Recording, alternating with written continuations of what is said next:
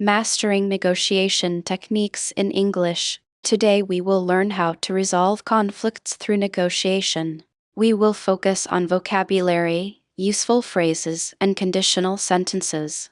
Let's start with our first key term, compromise. Imagine Sarah and Mark are arguing about a project deadline. We cannot finish this project by Friday. But the client expects the results by then. Now, let's introduce the concept of a concession. I can make a concession on the design phase. What if we extend the deadline to next Monday? Notice the phrase "what if we" it is very polite. Let's look at the grammar, the second conditional. We use this to discuss hypothetical outcomes in negotiations. If we had more resources, we would meet the deadline. I see your point, but we cannot get more staff now. That phrase is a great way to show empathy before disagreeing. Now, let's introduce a third person, the mediator. Perhaps we should involve a mediator to help us. That sounds like a fair way to reach a compromise. Great! They reached a deal using negotiation techniques. Let's recap our key vocabulary from today. Remember, compromise is the goal and concession is the tool. Your phrase of the day is, "I see your point," but keep practicing these phrases in your professional life. Now, let's dive deeper into the grammar of conditionals. We will focus on the second conditional. Look at this structure. If I were you, I would accept. In formal English, we often use were instead of was. Let's practice with a business scenario.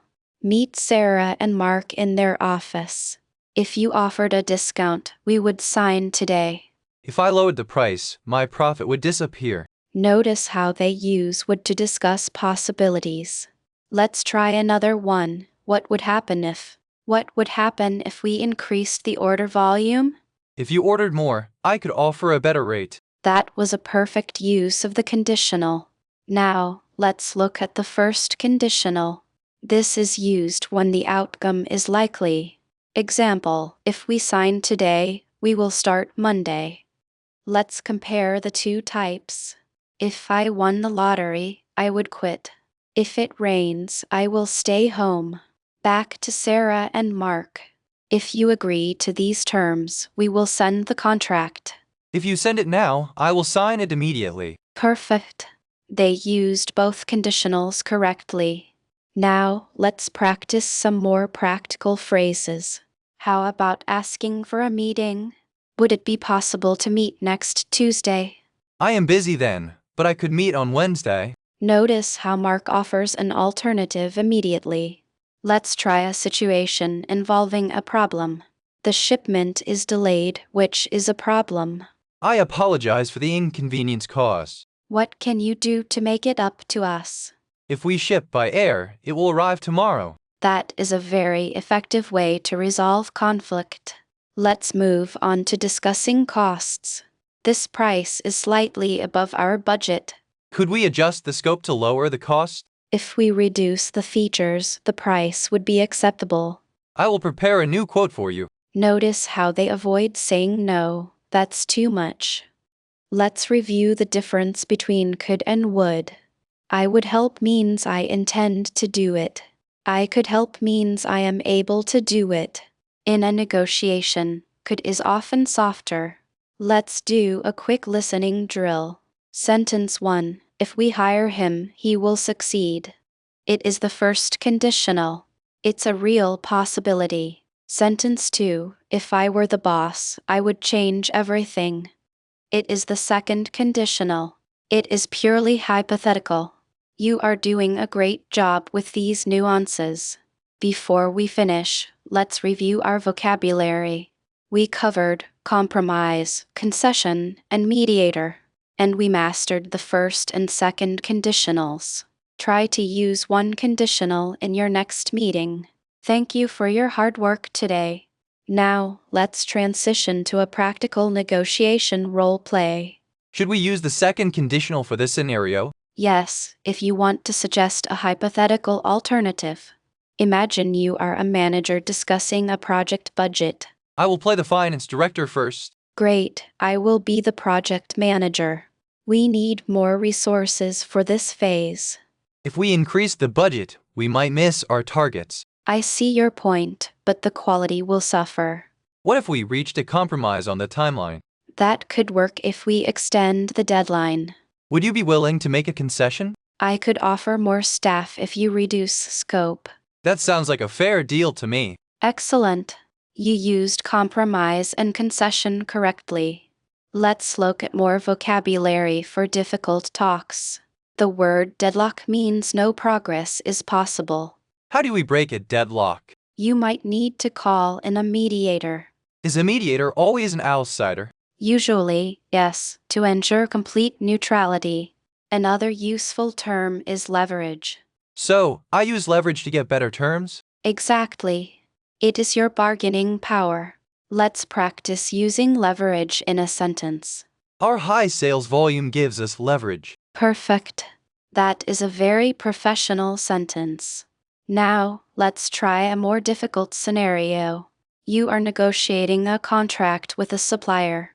The supplier wants a much higher price. How would you use a conditional here? If you lower the unit price, we will order more. That is a strong use of leverage. What if I suggested a long-term contract instead? That is a very clever way to pivot. Let's pause and review the key phrases. Can we review the difference between if and unless? Unless means if not. For example, unless you discount, we won't buy. So, unless makes the sentence more direct. Yes, it can sound quite firm. You are mastering the art of professional English. I feel much more confident now. That is the goal of our lessons. We will cover more complex scenarios next time. I look forward to it. Have a wonderful afternoon. Goodbye for now. Upp dies zet zich uit direct in deinem nächsten Gespräch. Let's start our grammar session on conditional sentences. Is this used for things that are not true right now? Exactly. We use if plus the past tense. Can I use this in a business negotiation? Yes, it makes your requests sound more polite. Imagine you are at a hotel reception desk. If I booked a room, would breakfast be included? That is a perfect example of a polite inquiry. What if I wanted to upgrade my room? You could say, if I upgraded, how much would it cost? I would also ask about the view. Try, if I stayed in a suite, would I have a view? That sounds much more natural and polite. Now, let's move to a transport situation. If the train were delayed, would I get a refund? Correct. Note the use of were instead of was. So, if the train were delayed is better? Yes, it is more formal and grammatically precise. If I missed my connection, what would happen? The agent might say, if you missed it, we would rebook you. Would they charge me for the new ticket? You could ask, would there be an extra fee? That is much more concise. Let's try a business decision scenario.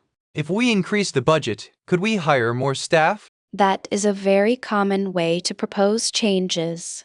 What if the client rejected our proposal? You could ask, what would our next step be? And if we lost the contract, would we pivot? Yes, pivot is a great word for that. I want to practice more complex sentences. Let's try adding even if to the sentence. Even if we lower the price, they wouldn't buy? Exactly. It shows that the result is unlikely. If we worked harder, would we finish sooner? That is a very practical question for a team. I feel like I am getting the hang of it. You certainly are. You are doing great. Can we practice more tomorrow? Of course. We will continue with more scenarios. Let's focus on conditional sentences for making polite requests. How would I ask for a discount at a hotel? You could say, would it be possible to get a discount? What if I wanted to ask for a room upgrade? Try, would you consider upgrading my room for free? That sounds much more natural than my version. Now, let's try a scenario involving a delayed train. Will I be able to use my ticket on another train? Yes, that is a perfect way to ask the station agent. Could I also ask for a refund if the delay is long? Exactly. Would I be eligible for a refund? Is even better. I will try to use eligible in my next conversation. That is the best way to ensure you remember it.